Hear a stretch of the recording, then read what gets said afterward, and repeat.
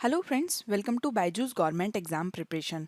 तो this day in history की series में आज हम डिस्कस करेंगे 17 सितंबर अर्थात 17 सितंबर के बारे में।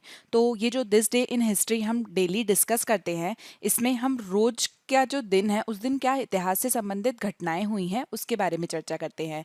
इसका उद्देश्य है अर्थात ऑब्जेक्टिव हमारा ये रहता है कि आपको कुछ जीके से संबंधित जो इम्पोर्टेंट फैक्ट है वो पता लगते रहे और आप धीरे धीरे इन चीज़ों को याद कर पाएँ और रिवाइज कर पाएँ। तो चलिए शुरुआत करते हैं।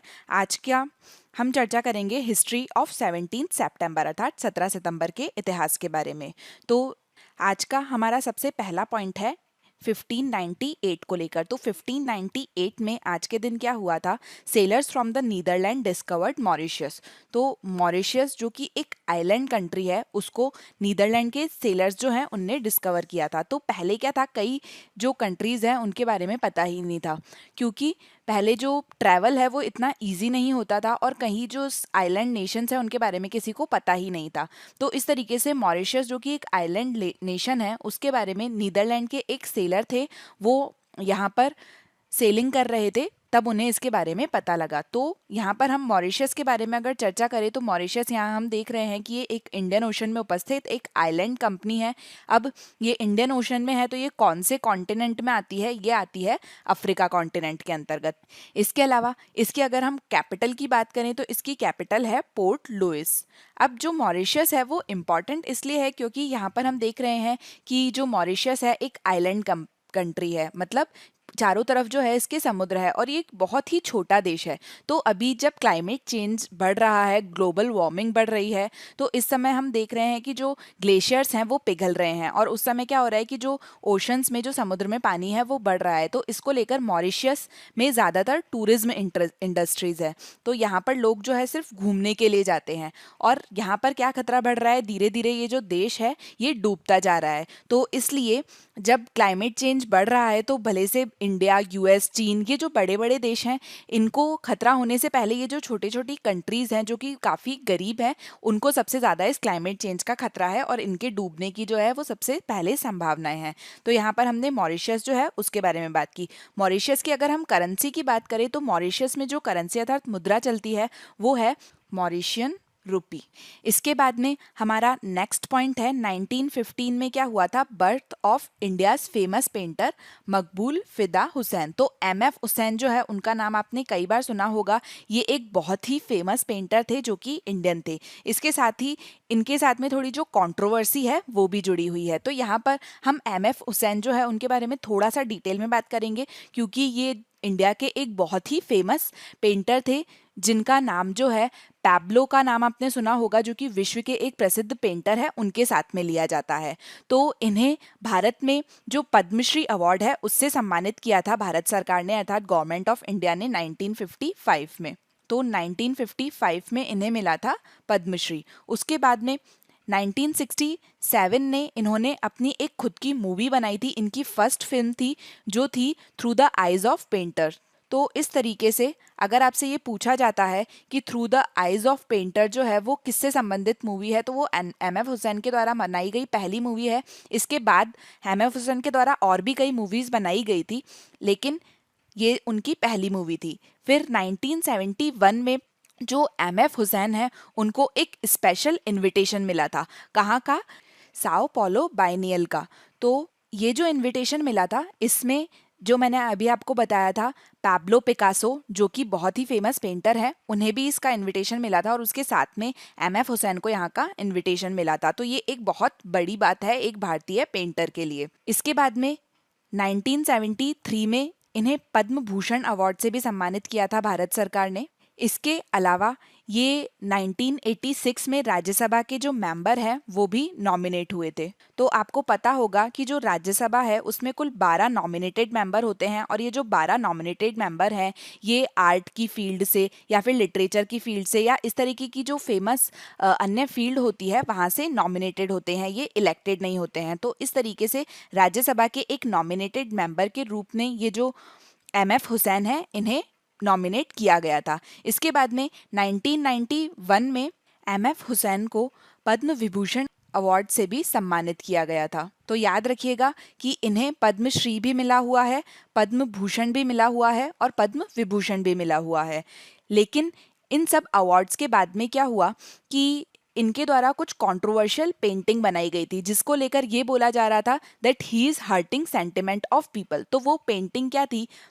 उस पेंटिंग में इनने जो न्यूड पोर्ट्रेट्स हैं हिंदू गॉड और गॉडेस के, वो बनाए थे सन 2006 में, और उसको लेकर ये बोला गया था that he is hurting the sentiment of people. उनके बाद में ये सेल्फ इम्पोज्ड एग्जाइल जो है उसमें चले गए थे, अर्थात ये स्वयं जो है हमारे देश को छोड़कर देश से बाहर चले गए थे।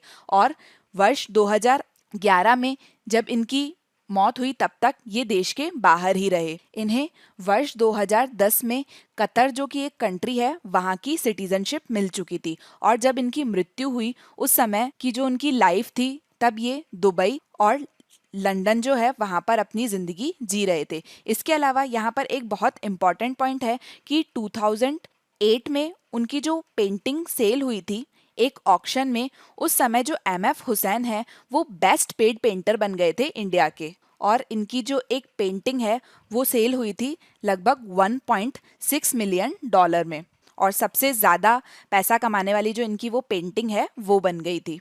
तो इस तरीके से एम.एफ. हुसैन जो है यहाँ पर उनके बारे में हमने डिटेल में चर्चा की, क्योंकि ये काफ़ी ही फेमस पर्सनैलिटी रहे हैं। इसके साथ ही इनके द्वारा जो पेंटिंग्स बनाई जाती थी उसकी बहुत सारी थीम होती थी, जिसमें वो मोहनदास करमचंद गांधी अर्थात हमारे, उनके साथ ही उन्होंने मदर टेरेसा पर भी पेंटिंग बनाई थी, साथ ही रामायण महाभारत ऐसी थीम्स पर भी उनके द्वारा पेंटिंग बनाई गई। और इसके साथ ही उनके द्वारा ब्रिटिश राज और जो मोटिव्स ऑफ इंडियन अर्बन और रूरल लाइफ है उन पर भी इनने पेंटिंग बनाई थी। यहाँ पर आप देख सकते हैं कि ये एम.एफ. हुसैन की कुछ पेंटिंग्स है। इसके बाद में हमारा नेक्स्ट पॉइंट है 1934 में 17 सितंबर को क्या हुआ था? Soviet union join the league of Nations. तो यहाँ पर द लीग ऑफ नेशंस के बारे में आपके लिए जानना इम्पॉर्टेंट हो जाता है। तो जो द लीग ऑफ नेशंस है that was founded as a result of Paris peace conference. तो पेरिस पीस कॉन्फ्रेंस के रिजल्ट से ये बनी थी, और ये तब बनी थी जब वर्ल्ड वॉर फर्स्ट जो है वो ख़त्म हुआ था। इसे बनाने का जो ऑब्जेक्टिव था वो ये था ताकि इंटरनेशनली पीस जो है वो मेंटेन की जा सके। So this was the first permanent international organisation whose principal mission was to maintain world peace, अर्थात पूरे विश्व में शांति बनाए रखने के लिए ये जो लीग ऑफ नेशन है इसे एक इंटरनेशनल ऑर्गेनाइजेशन के रूप में स्थापित किया गया था वर्ल्ड वॉर वन खत्म होने के बाद में। जैसे 1934 जो है उसमें सोवियत यूनियन ने इसे ज्वाइन किया, लेकिन उसके बाद में क्या हुआ था कि 1939 में ये जो लीग ऑफ नेशंस है इसने सोवियत यूनियन को एक्सपेल कर दिया था। और उसके बाद में हमने देखा कि लीग ऑफ नेशन के होने के बावजूद भी वर्ल्ड वॉर टू जो है वो शुरू हुआ था। तो दो इंपॉर्टेंट पॉइंट हैं आपके लिए यहाँ पर। वर्ल्ड वॉर वन कब से कब तक हुआ था? तो वर्ल्ड वॉर वन जो है वो हुआ था 28 जुलाई 1914 से लेकर 11 नवंबर 1918 तक चला था world war. World war two जो है वो चला था 1 सितंबर 1939 से लेकर 2 सितंबर 1945 तक। तो ये जो टाइमिंग है वर्ल्ड वॉर वन और टू के, ये आपको याद होने चाहिए। तो यहाँ पर हम देख रहे थे कि लीग ऑफ नेशंस जो है वो इसलिए बनाई गई थी ताकि विश्व में शांति बनी रहे, लेकिन उसके बाद भी जो वर्ल्ड वॉर टू है वो हुआ तो इस तरीके से देखा कि लीग ऑफ नेशंस जो है वो सक्सेसफुल नहीं थी। ये फर्स्ट इंटरनेशनल ऑर्गेनाइजेशन थी। इसके बाद में जो यूएन है जिसको हम आज भी देख रहे हैं यूनाइटेड नेशंस, वो आया था वर्ल्ड वॉर टू के बाद में।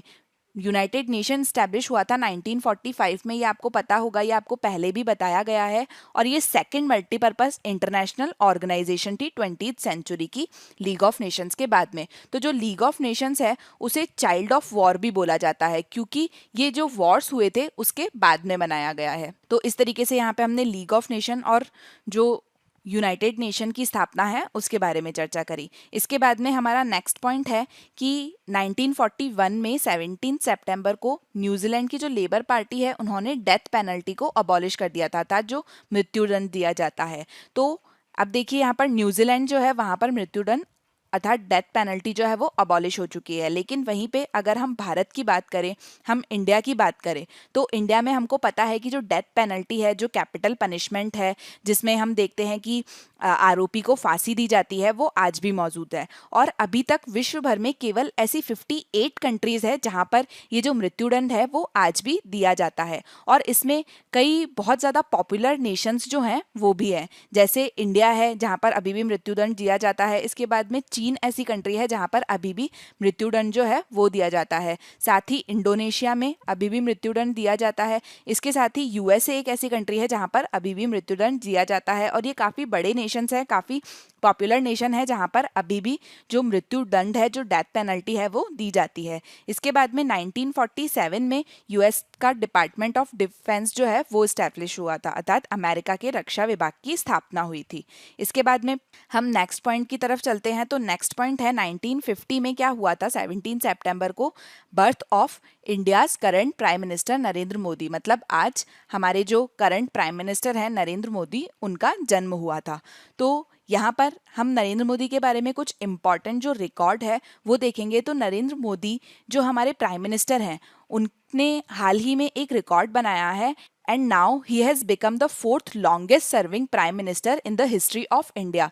अर्थात भारत में सबसे ज़्यादा समय तक पीएम रहने वाले चौथे प्राइम मिनिस्टर हैं वो बन गए हैं। सबसे ज़्यादा समय तक प्राइम मिनिस्टर रहने वाले हैं पंडित जवाहरलाल नेहरू, जो कि हमारे पहले प्राइम मिनिस्टर थे। उसके बाद में सेकंड नंबर पर सबसे अधिक समय तक प्राइम मिनिस्टर रहने वाली हैं मिसेस इंदिरा गांधी। जवाहरलाल नेहरू जो हैं वो लगभग 16 ईयर 286 डेज के लिए प्राइम मिनिस्टर थे। उसके बाद में इंदिरा गांधी जो हैं वो लगभग 11 ईयर्स 59 डेज के लिए प्राइम मिनिस्टर थी कंट्री की। इसके बाद में तीसरे नंबर पर सबसे ज़्यादा समय तक पीएम रहने वाले थे मनमोहन सिंह। तो मनमोहन सिंह जी जो हैं वो 3rd longest service Indian PM थे, और वो रहे थे लगभग 10 ईयर 4 डेज के लिए भारत के प्रधानमंत्री। उसके बाद में अब नरेंद्र मोदी जो हैं वो भारत में चौथे नंबर पर सबसे ज़्यादा समय के लिए प्राइम मिनिस्टर रहने वाले व्यक्ति जो हैं वो बन गए हैं। अब हम बात करेंगे 1956 की। तो 1956 में Indian oil and natural gas commission जो है वो फॉर्म हुई थी। 1957 में 7 सितंबर को क्या हुआ था, मलेशिया ने यूनाइटेड नेशंस को ज्वाइन किया था। तो यूनाइटेड नेशंस के बारे में अभी हमने देखा, इसे इस्टेब्लिश किया गया था 1945 में। ये एक इंटरनेशनल ऑर्गेनाइजेशन है। इस इंटरनेशनल ऑर्गेनाइजेशन में अभी टोटल कितने मेंबर है, तो इसमें 193 मेंबर है। और जो लास्ट मेंबर है जिसने ज्वाइन किया है 193rd मेंबर, वो है साउथ सुडान। तो ये आपको याद होना चाहिए। मलेशिया जो है उनने 1957 में ज्वाइन किया था, ये आपके लिए याद रखना बहुत ज़्यादा इंपॉर्टेंट नहीं होगा, लेकिन ये यहाँ पर इंपॉर्टेंट है कि सबसे लास्ट मेंबर जो अभी ज्वाइन हुआ है वो है साउथ सुडान। साउथ सुडान एक ऐसी कंट्री है जिसने अपनी इंडिपेंडेंस जो है वो हाल ही में 2011 में प्राप्त की है सुडान से, जिसके बाद में ये यूनाइटेड नेशंस का एक मेंबर बना है, एक सदस्य बना है यहीं पे। इसके बाद में 1983 में वेनेसा विलियम्स जो है वो फर्स्ट ब्लैक वुमेन थी जिन्हें मिस अमेरिका का जो टाइटल है वो दिया गया था। तो यहाँ पर इंटरेस्टिंग फैक्ट ये है कि इन्हें जब जो ये ब्लैक वुमेन थी जिन्हें मिस अमेरिका का टाइटल दिया गया था, उसके बाद में काफ़ी ज़्यादा इन पर प्रेशर था, जिसके बाद में इन्हें ये जो मिस अमेरिका का क्राउन है इसे वापस देना पड़ा था। और इसके बाद में जो फर्स्ट रनर अप थी उन्हें ये जो मिस अमेरिका का टाइटल है वो दिया गया था। लेकिन 1983 में पहली बार जो एक अफ्रीकन अमेरिकन डिसेंट की ब्लैक वुमेन थी, उन्हें मिस अमेरिका का जो टाइटल है वो मिला था।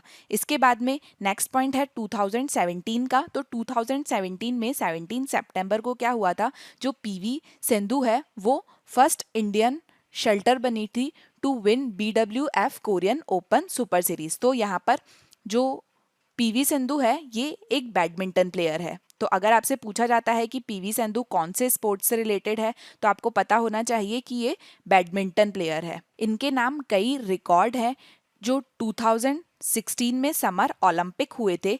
There she became the first Indian women to win an Olympic silver medal. इसके अलावा अभी ये BWF वर्ल्ड रैंकिंग जो है उसमें चौथे नंबर की बैडमिंटन प्लेयर है। इसके साथ ही वर्ष 2015 में ये जो पीवी संधू है, she was honoured with India's fourth highest civilian honour Padmashri. तो इन्हें 2015 में पद्मश्री जो पुरस्कार है उससे सम्मानित किया गया था भारत सरकार के द्वारा। तो ये जो सब चीज़ें जो है वो आपके लिए जानना महत्वपूर्ण हो जाता है। पीवी संधू के लिए याद रखिएगा कि ये कौन से स्पोर्ट्स से रिलेटेड है, तो ये बैडमिंटन से रिलेटेड है। इसके अलावा 2016 के समर ओलंपिक्स में ये फर्स्ट इंडियन वुमेन बनी थी जिन्हें सिल्वर मेडल मिला है ओलंपिक्स में। तो यहाँ पर हमारे जो आज का पॉइंट्स हैं वो खत्म होते हैं। इसके बाद में हम इससे रिलेटेड कुछ प्रैक्टिस क्वेश्चंस देखेंगे। Which organisation is termed as war of child, तो ये हमने डिस्कस किया था, वॉर ऑफ चाइल्ड बोला जाता है लीग ऑफ नेशंस को। इसके बाद में PV Sindhu is related to which sports, तो ये हमने अभी डिस्कस किया है, वो रिलेटेड है बैडमिंटन से। So, thank you so much for today's discussion. I hope you like the session. Please like, share and subscribe to our channel. Thank you so much for your kind attention.